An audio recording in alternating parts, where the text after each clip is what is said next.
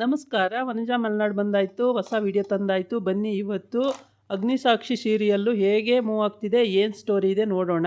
ಅದಕ್ಕೆ ಮುಂಚೆ ನನ್ನ ವಿಡಿಯೋಕ್ಕೆ ಸಬ್ಸ್ಕ್ರೈಬ್ ಮಾಡಿಲ್ಲ ಅಂದರೆ ದಯವಿಟ್ಟು ಸಬ್ಸ್ಕ್ರೈಬ್ ಮಾಡ್ಕೊಳ್ಳಿ. ಹಾಗೆ ಒಂದು ಲೈಕ್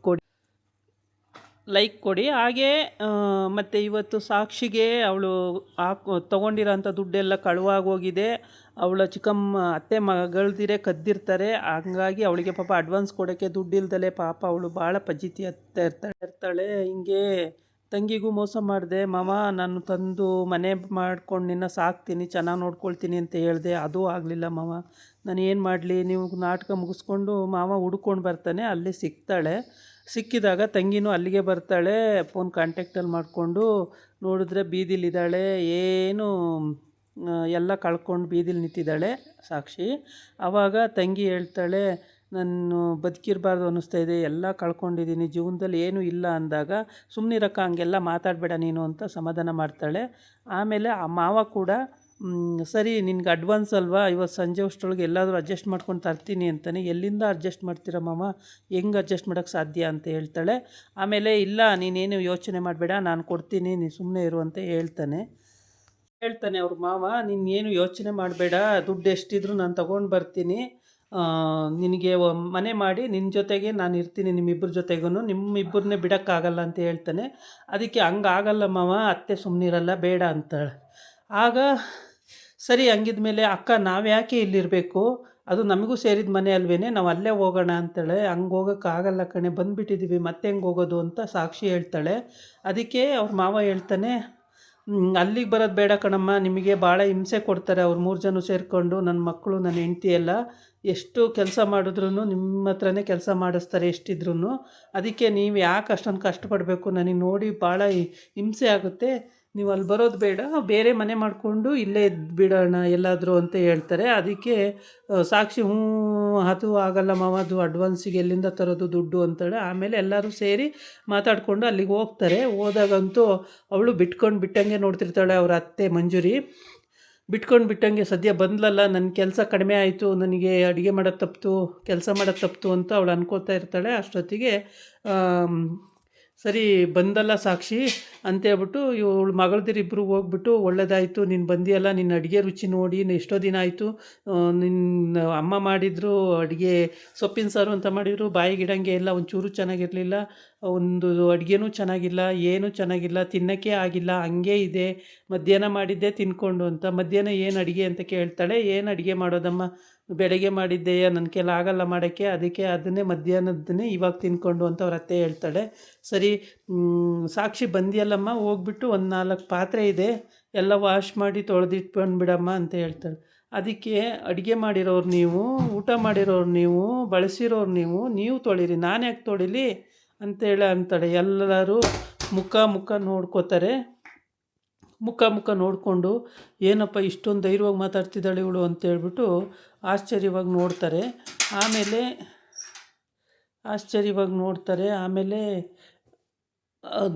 ಆಶ್ಚರ್ಯವಾಗಿ ನೋಡಿಕೊಂಡು ಆಮೇಲೆ ಅವ್ರ ಅತ್ತೆ ಬಿಟ್ಟಂಗೆ ಮಗಳ ಸೊಸೆಯನ್ನು ಇಬ್ಬರನ್ನೂ ನೋಡ್ತಿರ್ತಾರೆ. ಈ ಕಡೆ ಬಂದು ಅಗ್ನಿ ಮನೆಯಲ್ಲಿ ರಿಚ್ ಫ್ಯಾಮಿಲಿ, ಸಖತ್ತು, ಅಷ್ಟಿಷ್ಟಲ್ಲ, ಭಯಂಕರ ರಿಚ್ ಫ್ಯಾಮಿಲಿ.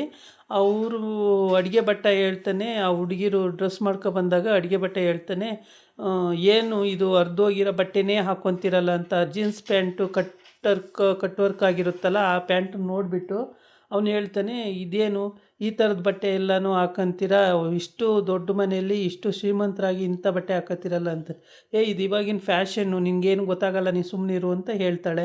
ಎಂಥ ಫ್ಯಾಷನ್ನು, ವರ್ಕಲ್ ಬಟ್ಟೆ ಹಾಕ್ಕೊಳ್ಳೋದು ಫ್ಯಾಷನ್ನಾ, ಇದು ನೋಡೋಕ್ಕಾಗಲ್ಲ ಈ ಥರ ಬಟ್ಟೆ ಹಾಕ್ಕೊಂಡ್ರೆ, ನನಗೆ ಅದಕ್ಕೆ ಇದು ಇಷ್ಟ ಆಗಲಿಲ್ಲ ಅಂತ ಹೇಳ್ತಾನೆ. ಐರನಿಗೆ ತೊಗೊಂಡೋದಾಗ, ನೀನು ಸುಮ್ಮನೆ ಇರೋ, ನಿನಗೇನು ಗೊತ್ತಾಗಲ್ಲ, ನೀನು ಮಾತಾಡಬೇಡ ಅಂತ ಹೇಳ್ತಾಳೆ. ಆಮೇಲೆ ಹಂಗಂತ ಹೇಳಿದಾಗ ಇದು ಒಂದು ಫ್ಯಾಷನ್ ಅಂತ ಇನ್ನೊಬ್ಳು ಬಂದು ಹೇಳ್ತಾಳೆ, ಹೌದು ಇದು ಫ್ಯಾಷನ್ನು, ಇದೇ ಥರ ಬಟ್ಟೆ ಹಾಕ್ಕೊಳ್ಳೋದೆ ಇದು ಫ್ಯಾಷನ್ನು, ಇದೇನು ವರಿ ಮಾಡ್ಕೋಬೇಡ ನೀನು, ಎಲ್ಲರೂ ಇದೇ ಥರ ಮಾಡ್ತಾರೆ ಅಂತ ಹೇಳ್ತಾಳೆ. ಆಮೇಲೆ ಸರಿ ಅಂತೇಳ್ಬಿಟ್ಟು ಅವನು ಸುಮ್ಮನಾಗ್ತಾನೆ. ಆಮೇಲೆ ಹೋಗ್ತಾಳೆ ಅವಳು, ಬೇರೆ ಒಂದು ಡ್ರೆಸ್ ಹಾಕ್ಕೊಂಡು ಬರ್ತಾಳೆ. ಆ ಡ್ರೆಸ್ಸು ಕೂಡ ಅವಳು ಸ್ಕಿನ್ ಟೈಟ್ ಫಿಟ್ಟಿಂಗ್ ಇರುತ್ತೆ. ಅದನ್ನು ನೋಡಿಬಿಟ್ಟು ಇದೇ ನಮ್ಮ ಇದು ಈ ಥರ ಡ್ರೆಸ್ ಹಾಕ್ಕೊಂಡ್ಬಂದಿದ್ದೀವಿ, ಇದು ಚೆನ್ನಾಗಿಲ್ಲ, ಇದನ್ನು ತೆಗೆದುಬಿಡು ಅಂತಾನೆ. ಸುಮ್ಮನೆ ಇರೋ, ನಿನ್ನ ಕೆಲಸ ಎಷ್ಟೈತೋ ಅಷ್ಟು ನೋಡ್ಕೊಳ್ಳೋ, ನಿನಗೆ 25 ಮಾತಾಡಬೇಡ, ನಿಂದು ಅಡುಗೆ ಕೆಲಸ ಮಾಡು, ನನ್ನ ಡ್ರೆಸ್ ಬಗ್ಗೆ ಆಗಲಿ ನನ್ನ ಸ್ಲಿಪ್ಪರ್ ಬಗ್ಗೆ ಆಗಲಿ ಮಾತಾಡಬೇಡ ನೀನು ಅಂತ ಬೈತಾಳೆ. ಸರಿ ಅಂತ ಹೇಳ್ಬಿಟ್ಟು ಅವನು, ನನಗೆ ಇದು ಇಷ್ಟ ಆಗ್ತಿಲ್ಲ ಅಂದರೆ ನಿನಗೇನಕ್ಕೆ ಇಷ್ಟ ಆಗಬೇಕು, ನಿನ್ನ ಕಟ್ಕೊಂಡು ನನಗೇನಾಗಬೇಕಾಗಿದೆ, ಏನಕ್ಕೆ ಇಷ್ಟ ಆಗಬೇಕು ನೀನು ಅಂತ ಹೇಳ್ತಾಳೆ. ಹಂಗಾಗ್ಬಿಟ್ಟು ಅಲ್ಲಿಗೆ ಅವಳು ಸುಮ್ಮನೆ ಆಗ್ತಾಳೆ. ಆಮೇಲೆ ಇವನು ಒಳ್ಳೆ ತಲೆ ತಿನ್ನೋ ಗಿರಾಕಿ ಇವನು ಅಂತೇಳ್ಬಿಟ್ಟು ಅವಳ ಪಾಡಿಗೆ ಅವಳು ಹೋಗ್ತಾ ಇರ್ತಾಳೆ. ಹಿಲ್ಡ್ ಸ್ಲಿಪ್ಪರ್ ಹಾಕ್ಕೊಂಡು ಈ ಥರ ಮಿಡಿ ಥರ ಒಂದು ಫ್ರಾಕ್ ಹಾಕ್ಕೊಂಡು ಹೋಗ್ತಾ ಇರ್ತಾಳೆ. ಆವಾಗ ಅವನು ಆ ಥರ ಹೇಳ್ತಾನೆ. ಅಷ್ಟು ಹೇಳಿದ್ರೂ ಇವಳು ಕೇಳಲ್ಲ. ಇನ್ನೊಬ್ಬಳು ಅಗ್ನಿ ತಂಗಿ ಅನಿಸುತ್ತೆ, ಅವಳು ನೋಡ್ತಾ ಇರ್ತಾಳೆ. ಆಮೇಲೆ ಇವಳು ಬೈಕೊಂಡು ಹೋಗ್ತಾಳೆ ಆಚೆಗೆ. ಬೈಕೊಂಡು ಹೋದ್ಮೇಲೆ ಏನು ಹೇಳೋಕ್ಕೂ ಆಗಲ್ಲ. ಆವಾಗ ಸುಮ್ಮನಾಗಿ ಅವನು ಸೊಪ್ಪು ಸೋಸೋದು, ಅಡುಗೆ ಮಾಡೋದು, ಅವನ ಪಾಡಿಗೆ ಅವನೇನೋ ಮಾಡ್ಕೊತಿರ್ತಾನೆ. ಇದು ಎಂಥದಪ್ಪ, ಎಂಥ ಸಂಪ್ರದಾಯ, ಅರ್ಕಲ್ ಬಟ್ಟೆ ಹಾಕ್ಕೊಳ್ಳೋದು, ಮೈ ಎಲ್ಲ ಕಡೆ ಕಾಣೋಂಗೆ ಬಟ್ಟೆನ ಟೈಟಾಗಿ ಹಾಕ್ಕೊಳ್ಳೋದು, ಇದೆಲ್ಲ ಎಂಥ ಸಂಪ್ರದಾಯನಪ್ಪ, ಈ ಥರ ನಮ್ಮ ಕಾಲದಲ್ಲೆಲ್ಲ ನಾವು ನೋಡಲೇ ಇಲ್ಲ ಅಂತ ಅವನು ಹೇಳ್ಕೊಂಡು ಇದು ಮಾಡ್ತಿರ್ತಾನೆ. ಇವಳಿಗೆ ಕೋಪ ಬಂದುಬಿಡುತ್ತೆ. ನಿನಗೆ ಕೆಲಸ ಎಷ್ಟಾಯಿತೋ ಅಷ್ಟು ನೋಡಿಕೊಂಡು ಇರೋಕ್ಕಾಗಲ್ಲ. ಇವನು ಎಲ್ಲರೂ ನೋಡಿಬಿಟ್ಟು ಕಮೆಂಟ್ ಮಾಡ್ತಾನೆ. ನಮ್ಮ ಇಷ್ಟ, ನಮ್ಮ ಬಟ್ಟೆ, ನಮ್ಮ ದುಡ್ಡು, ನಾವು ಹೆಂಗಾರು ಹಾಕ್ಕೊತೀವಿ, ಅದು ಕಟ್ಕೊಂಡು ಇವ್ನಿಗೇನಾಗಬೇಕಾಗಿದೆ, ಇವನು ಏನಕ್ಕೆ ಈ ಥರ ಮಾತಾಡ್ತಾನೆ ಅಂತೇಳ್ಬಿಟ್ಟು ಸುಮ್ಮನಾಗ್ತಾಳೆ. ಆಮೇಲೆ ಅಗ್ನಿಗೆ ಫೋಟೋ ಸಿಕ್ಬಿಟ್ಟು ಅಗ್ನಿ ತಮ್ಮಂಗೆ ಅಂತ ಹೇಳ್ತಾನೆ. ಆ ಫೋಟೋ ಸಿಕ್ಕಿದೆ. ಆ ಫೋಟೋ ತೋರಿಸಿದ ತಕ್ಷಣ ಇವಳೇ ನನಗೆ ಟಾರ್ಚರ್ ಕೊಡ್ತಾ ಇದ್ದವಳು, ಇವಳು ಎಲ್ಲಿದ್ದಾಳೆ, ಇವಳನ್ನ ನೋಡಬೇಕು, ಹುಡುಕಬೇಕು ಅಂತ ಅಗ್ನಿ ತಮ್ಮನಿಗೂ ಮತ್ತು ಚಿಕ್ಕಮ್ಮನಿಗೂ ಎಲ್ಲ ಹೇಳ್ತಾ ಇರ್ತಾನೆ. ಆದರೆ ಇವಳನ್ನ ಎಲ್ಲಿ ಹುಡ್ಕೋದು ಅಂತ ಗೊತ್ತಿಲ್ಲ. ತಮ್ಮಂಗೆ ಇದು ಗೊತ್ತಿದೆ ಡೀಟೇಲ್ಸ್ ಎಲ್ಲವ. ಇವಳು ಮನೆಗೆ ಹೋಗಿರ್ತಾಳೆ. ಮನೆಗೆ ಹೋಗಿ ಅವ್ರ ಕೆಲಸ ಅವ್ರು ಮಾಡ್ಕೊಳ್ಳಿ, ನಾನು ಮಾಡಲ್ಲ ಅಂತ ಹೇಳ್ತಾಳೆ. ಆಮೇಲೆ ಅಗ್ನಿ ಈ ಫೋಟೋ ನೋಡಿ ಶಾಕ್ ಆಗುತ್ತೆ. ಇವಳು ಸಿಕ್ಕಿದಾಳಲ್ಲ, ಇವಳು ಎಲ್ಲಿರ್ಬೋದು, ಇವಳನ್ನ ಕಂಡುಹಿಡಿಬೇಕಲ್ಲ ಅಂತೇಳಿ ಅಂತ ಮಾತಾಡ್ತಾರೆ. ಇವರು ಒಂದು 3 ಜನ ಸೇರಿಕೊಂಡು 4 ಜನ ಸೇರಿಕೊಂಡು ಅದನ್ನು ಮಾತಾಡ್ತಾ ಇರ್ತಾರೆ. ಅಂದರೆ ಇವ್ರದ್ದು ಹೆಂಗಪ್ಪ ಅಂದರೆ ಸಿಕ್ಕಾಪಟ್ಟೆ ದೊಡ್ಡ ಕಂಪ್ನಿ, ರಿಚ್ ಫ್ಯಾಮಿಲಿ. ಅಗ್ನಿಗೆ ಅವಳು ಏನೂ ಅಲ್ಲ. ಆದರೆ ಅಗ್ನಿಗೆ ಅವಳು ಎಲ್ಲ ವಿಷಯದಲ್ಲೂ ಅಡ್ಡ ಬಂದು ನನಗೆ ಹೀನಾಯವಾಗಿ ನನಗೆ ಡ್ಯಾಮೇಜ್ ಮಾಡಿದ್ಲಲ್ಲ ಅಂತೇಳ್ಬಿಟ್ಟು ಅವನಿಗೆ ಸಿಟ್ಟು ಸಿಕ್ಕಾಪಟ್ಟೆ ಸಿಟ್ಟಿದೆ. ಆ ಸಿಟ್ಟನ್ನ ಅವನು ಕಂಟ್ರೋಲ್ ಮಾಡ್ಕೊಳ್ಳೋದೇ ಕಷ್ಟ ಆಗ್ಬಿಟ್ಟಿದೆ. ಅಷ್ಟು ಕೋಪ ಇದೆ ಅವಳ ಮೇಲೆ. ಅದಕ್ಕೋಸ್ಕರ ಅವಳನ್ನ ಹುಡುಕಬೇಕು ಅಂತ ಹುಡುಕಿಸ್ತಾ ಇದ್ದಾನೆ. ಎಲ್ಲೋದ್ರೂ ಕಣ್ಣು ತಪ್ಪಿಸಿ ಆ ಕಡೆ ಈ ಕಡೆ ಹೋಗ್ಬಿಡ್ತಾಳೆ. ಅವನಿಗೆ ಸಿಗೋದೇ ಇಲ್ಲ. ಹಾಗಾಗ್ಬಿಟ್ಟು ಹಂಗೆ ಹುಡುಕ್ತಾನೇ ಇದ್ದಾನೆ, ಇನ್ನೂ ಸಿಕ್ಕಿಲ್ಲ.